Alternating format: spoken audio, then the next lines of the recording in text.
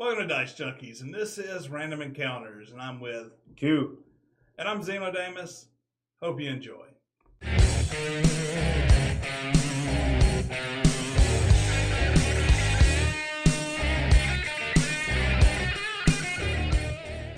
Pretty tight. All right, well let's uncover the dice. Random Let's encounter. see. Camera with webcam. There we go. We got the webcam up for the dice. Hopefully, the gnashing of dice rolling on the table won't kill the mics too much. You want to start us off, man? Go ahead. Y'all ready? Let me pull Bring up the list. There's the list. Boom. And once again, if this list is generated by us because no one has given us any suggestions. If you would like to give us any suggestions, you can leave a comment. You can leave one either on our YouTube where we post this Random Encounters every Friday, or you can leave one on our Facebook or website, www.dicejunkies.com, and we'll see about adding it to the list. Yeah, we're always willing to get some more suggestions there, guys. Y'all feel free to put them in. We'll put them on there. All right. And here we go. So we have a 13. So 13 on the list is video games that are coming eventually. We just talked about Red Dead Redemption 2. Yeah. Well, no, I mean, eventually that wasn't one that was coming eventually. But, I mean, we do still have a concrete date-ish on it. Yeah. You know, it's not lost in the wind like Half-Life 3. Yeah. And Starship, was it, what's that, Troopers?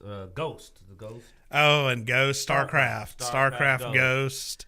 But yeah, this is a topic to for those games that we always heard were coming. Well, if we allowed to go into wishful thinking too, I wouldn't mind another Marvel Ultimate Alliance. We used to couch co-op the heck out of that. My boy Blood Axe remember that, and a couple of our others. We used to Blood actually brought up the StarCraft Ghost as well. Eventually, Marvel Ultimate Alliance I think stopped at 2 or 3. I think they stopped at 2.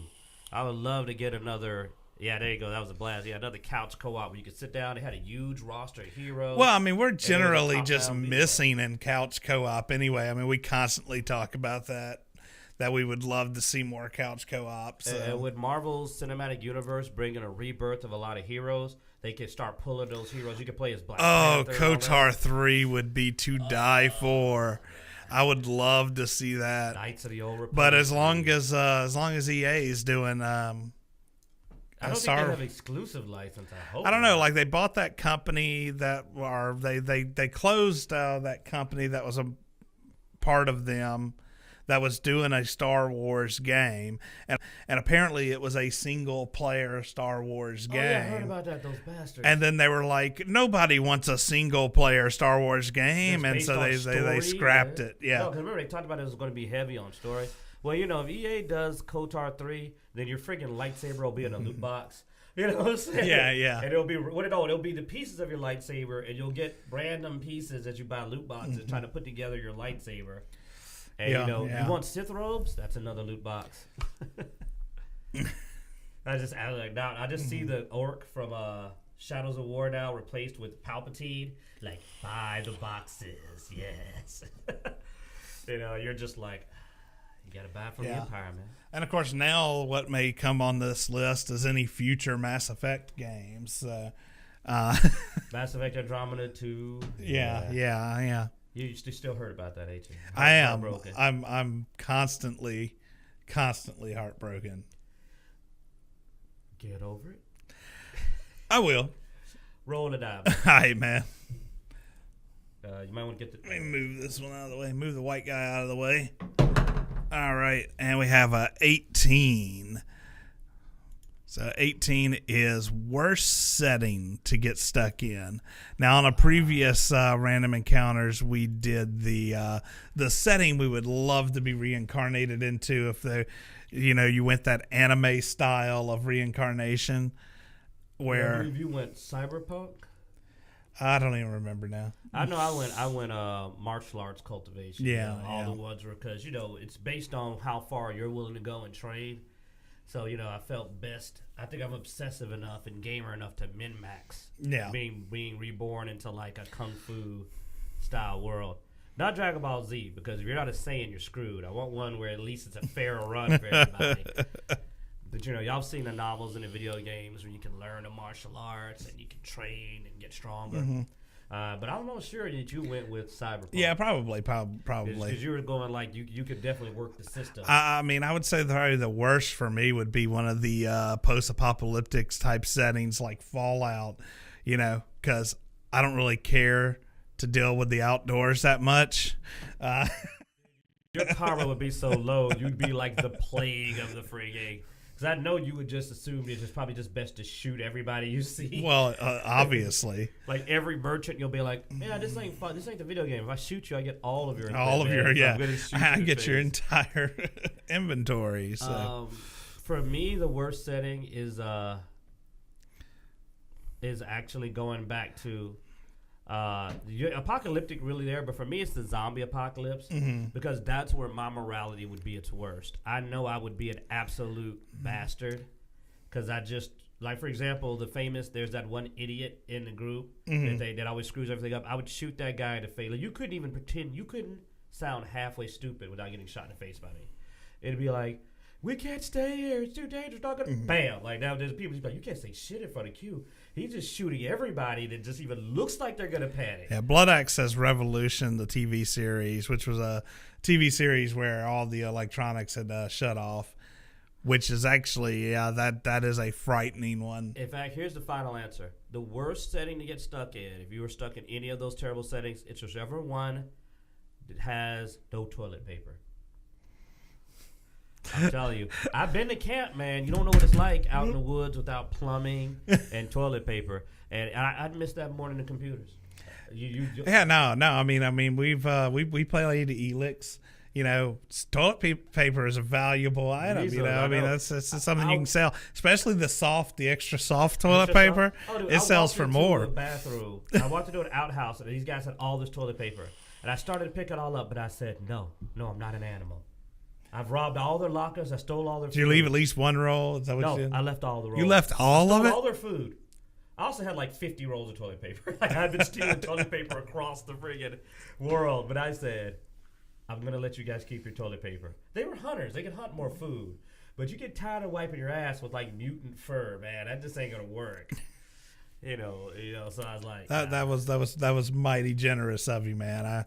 Every now and then I make the right I will choice. tell you, I was not as generous. I loot everything. Oh, you didn't even leave them. You could have at least leave them the cheap, coarse toilet paper. No. By the way, these are real items. There's like crappy, coarse toilet paper. There's like soft toilet paper. I want to know what game designer said. We've got 3 different grades of toilet paper in this game. And some of the toilet paper costs more than bullets if it's good enough.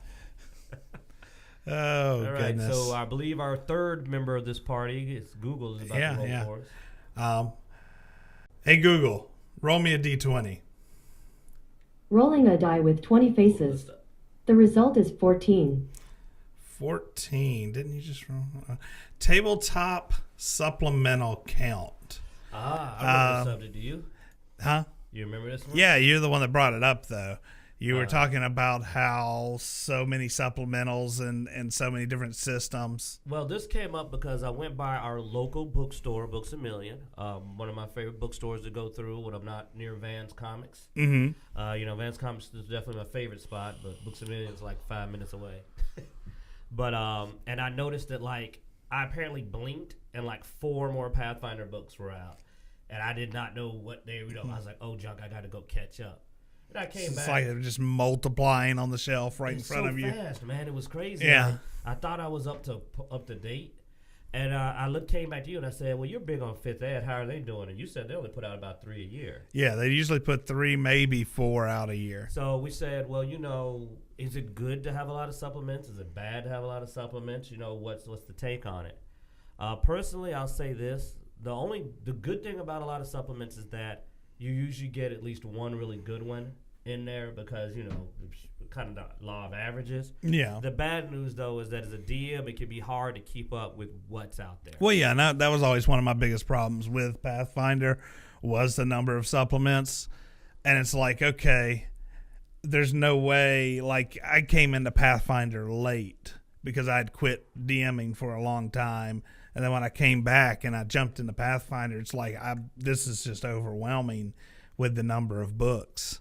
So I can't disagree with you. I can't disagree on that point. There's a lot out there. I mean, now that Fifth Ed's starting to get rounded out, I'm thinking it's at about the right spot of supplements. But it needed them at first. It was short, in my opinion, but now it's about there. Well, so I'm kind of. We still need still need another Monsters manual. Oh, definitely. Yeah, 3.5 was crazy with supplements as well. Mm-hmm. I mean, Pathfinder is which is what that's what Pathfinder's based off of originally was 3.5. So I mean, while it does mean there's almost always something for everybody when there's a lot of supplements, it can be hard for a DM. Especially for DMs who are really big into that. Like, I know you don't like a situation getting out of control, so you're not quite as happy when somebody pulls something out that you've never seen before. Yeah. And, I mean, that's a perfectly reasonable DM and sentiment, especially if you try to keep a good idea of what's going on. I mean, you're either going to be somebody that is relaxed about that, or you're going to be somebody that is just going to drive you crazy. And even me, I'm really laid back about it, but I'm alarmed that there's probably 15 classes out there I don't know exist just because there's been 3 books and they don't play. Pathfinder puts a lot of stuff in each one of their books. Yeah. So, but the SRD helps. I'm going to throw ahead and throw a little bit out there. I mean, the SRD for Pathfinder D20, Pathfinder SRD is awesome. The Archive of Nethys for you to just go and you could just click on a class and kind of find out what's new. Yeah. So yeah, I mean, helps. at least, you definitely got to give them the open source and all that. Paizo's cool about not hating on them. Yeah. They don't really give them any trouble with the different Well, that stuff. they also release a lot of their stuff in PDF at a reduced price. That's also easily searchable, so that also helps. But I do like, I mean, we've talked about some of the systems that were just well-rounded out the door, though, and that's such a beautiful thing when you don't have to have 5 or 10 supplement books. When you get me a well-rounded system that has all that variety right out the door, so that it's, you don't run across as much of the unbalance and stuff like that when it's all done from the start. A couple of examples. We eventually we're gonna make a show about it, but we'll throw out a few names like Bessem, Big Eye Small Mouth, and Bessem D20. Very flexible not system. Not even active in print these days, but still a solid system. Anima only has 1 supplement book per general subject, and it started out with the main book, had everything you needed. Whenever they put out 1 supplement for the martial arts, 1 for the magic, 1 for crafting, and 1 for monsters. And that was it. And like those books covered so much that I don't even know why. There's no way you could even make another book unless it was a quest book, because they covered everything. And honestly, you're right. I do prefer those systems for not needing a lot of supplement. Yeah. All right, let's do one more. We're still got plenty of time, so let's. All right. We have a nat 20. That is a nat 20. That means you get to pick. I've got a new webcam on order that's supposed to be 4K, so we can see these numbers better in the future. For y'all that don't know, the reason this is awesome is because Zeno hates making decisions. Yeah, thanks. So look at his face as he's going. All right, so let's see. What do I pick? You know what? You just added this one, but I think I'm going to go to the favorite MMO game because I have a favorite. And I know it right offhand, so it's really easy for me. All right. Well, what's your favorite MMO? So, and it's mostly probably out of nostalgia. Whoa. But my first MMO back in the 90s, late 90s, I played a MMO called Ultima Online, based off the Ultima series. Did that ever exist back then? You went way back, man. But no, it was cool. You had in-game housing and all this stuff. It was really an adventure. You're breaking into this new ground. It wasn't overflowed by people. The difficulty was high, saving up the money to buy that first house. And oh man, I wish our boy Flynn was in on this one because he was a huge Ultima guy. And yeah, I remember the crazy stories about the bunny mints. I don't know if you heard about that. Somebody like got like 100 bunnies like charmed and was running around wrecking stuff. My favorite thing that happened was so you had Lord Blackthorn, I think was the creator's character, and he had an in-game event. So he had appeared. His character's supposed to be immortal and all this stuff. Yeah. You're not supposed to be able to get up to where his character was. And somebody found a glitch that managed to get up there and backstab him and killed him in game. Oh, I think I heard about that. Yeah, they had to like retcon that, didn't they? Yeah.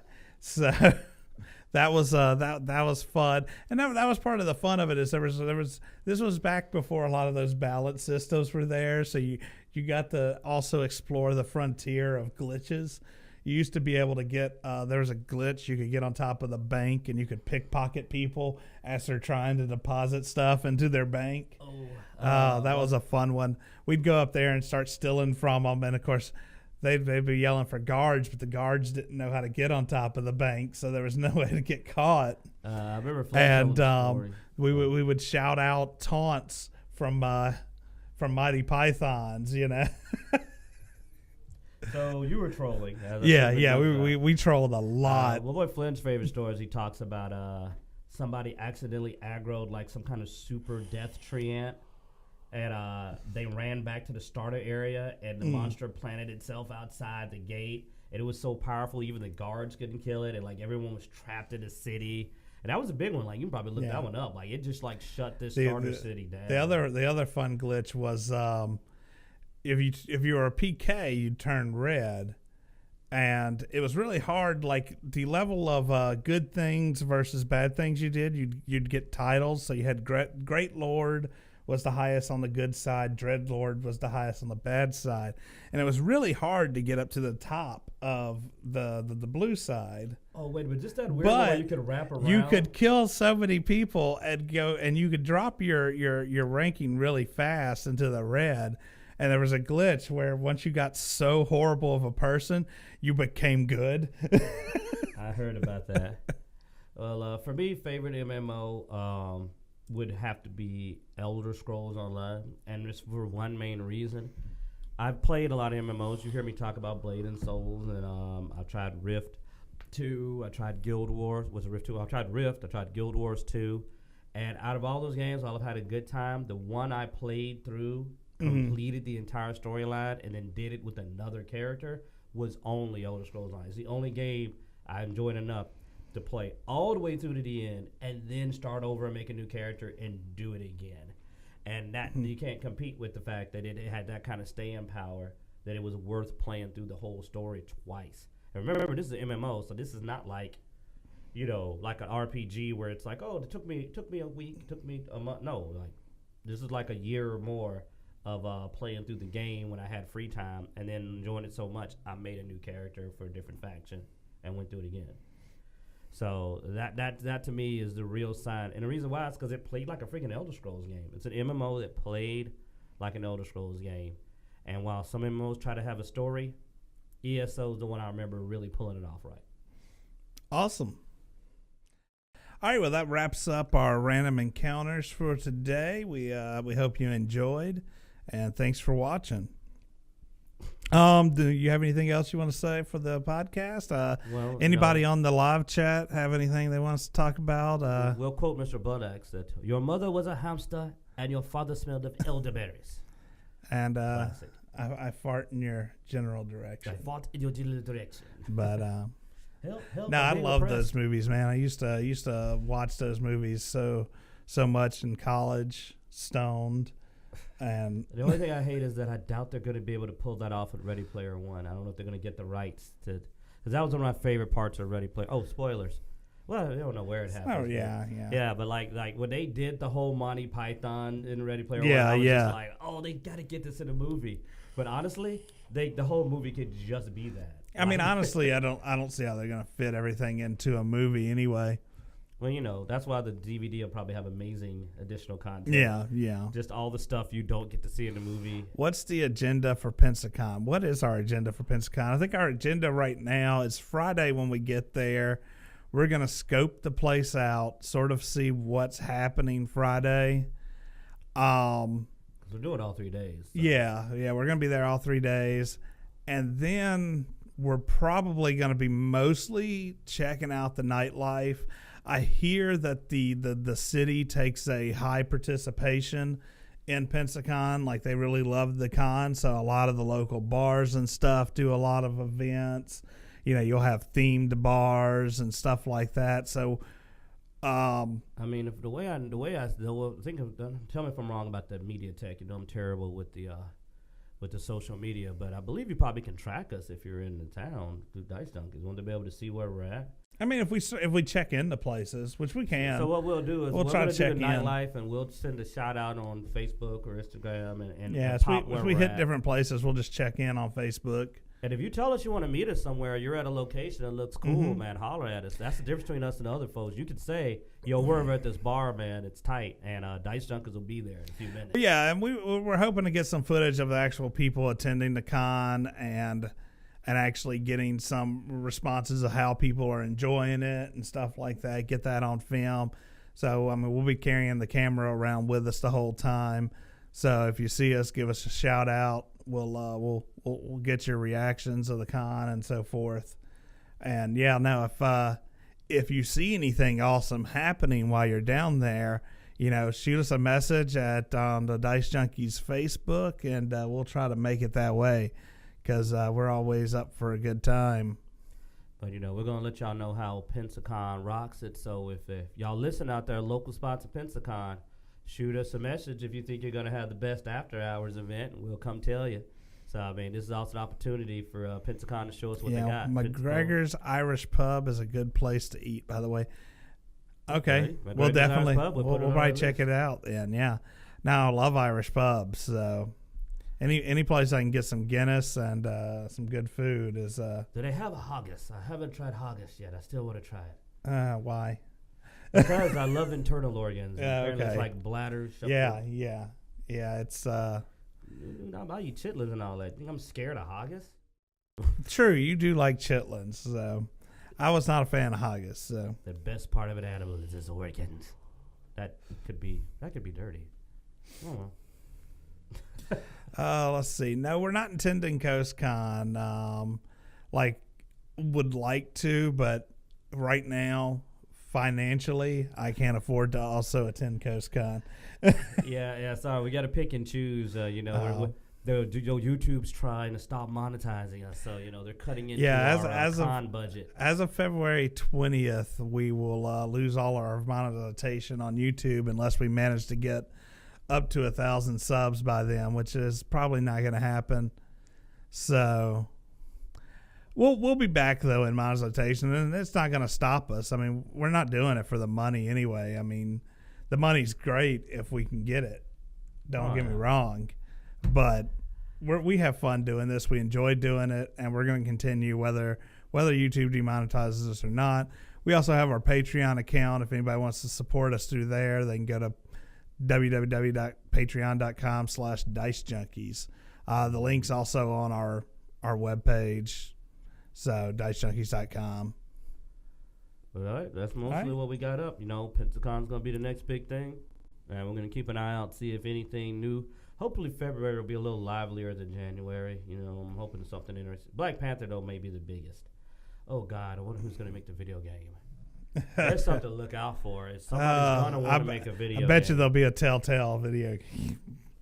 Actually, Wakanda could do the drama better, actually. I could see that. I could see that. It would probably be mostly about you being the king more than you being the Black Panther. Could be. But if they did it, I mean, if it was done like some of the recent, there's a new Spider-Man coming out that looks good.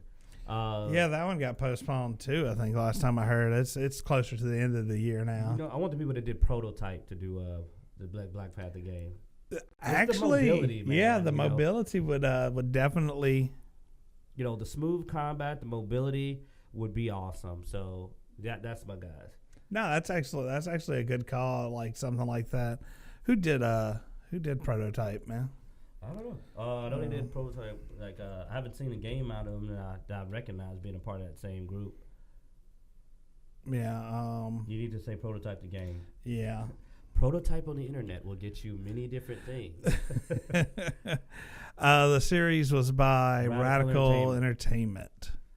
Yeah. Hey, click on developer right there. You should be able to see if they're still up. Like Radical Entertainment, if y'all still exist. Yeah, they're a Canadian company. Founded in 1991. But they appear to still be around. Let's see. then. Parent organization. They're part of Activision. At least they're not part of EA. Activision's not much better. Activision's the one that I think had the patent to basically use psychology to sell more loot boxes. As long as it's cosmetics, I can live with them. You know, they can try to sell you your alternate Black Panther outfits and your alternate skins. They can sell the like that Disney pin, the white Black Panther. On that note, I believe we've covered about all we've got this time. Oh no, guys! Hey, look, thanks for watching, listening, whichever you're doing, and come back. We'll see y'all at Pensacon. All right, take care.